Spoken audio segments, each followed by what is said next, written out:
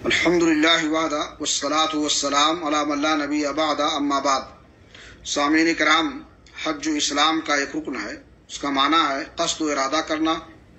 शरीयत की इस्तिलाह में हज कहते हैं मखसूस अफ़आल की अदायगी के लिए मस्जिद हराम की तरफ कस्द करना और जाना। हज की मशरूइयत सही कौल के मुताबिक सन 9 हिजरी में हुई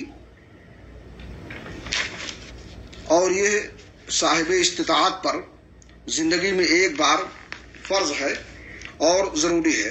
अल्लाह रब्बुल आलमीन ने फरमाया वलिल्लाहि अलन नास हिज्जुल बैति मन इस्तता इलैहि सबीला। अल्लाह ताला ने उन लोगों पर जो उसकी तरफ रास्ते यानी ज़ाद राह और सफ़र के अखराजात वगैरह की ताकत रखते हो, बैतुल्लाह का हज फर्ज किया है। और दूसरी हदीस में अल्लाह के रसूल ने फरमाया या अय्युहन्नासु क़द फ़रदा अलैकुमुल हज्जा फ़हुज्जू। ऐ लोगों, अल्लाह ताला ने तुम पर हज फर्ज किया है, लिहाजा तुम हज करो।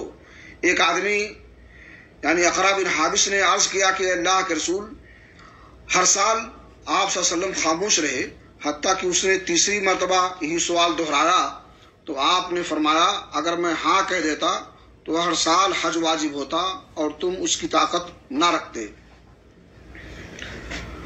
सुनन नबी दाऊद की रवायत है, अल्लाह के रसूल ने फरमाया अल हज्जु मर्रा वाहिदा फमन ज़ादा फहुवा ततव्वु।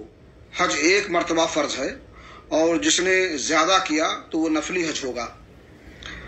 हज की बड़ी फजीलत है। सही बुखारी शरीफ की रवायत है, अल्लाह के रसूल ने फरमाया अल उमरतु इलल उमरा कफ़ारतुन लिमा बैनहुमा वल हज्जुल मबरूर लैसा लहू जज़ाउन इल्लल जन्नह। एक उमरा इंसान करता है, उसके बाद दूसरा उमरा करता है तो इसके दरमियान गुनाहों के लिए वो कफ़ारा होता है। और हज मबरूर यानी जिसमें किसी गुनाह का इर्तिकाब इंसान न करे, उसका बदला जन्नत के अलावा और कोई नहीं है।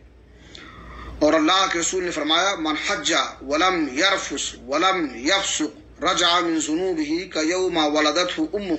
जिसने हज किया और उसमें ना औरतों के करीब गया और ना ही कोई फिस्क व फजूर का काम किया तो वो अपने गुनाहों से पाक व साफ होकर उस दिन की तरह लौटेगा जिस दिन उसकी माँ ने उसे जना।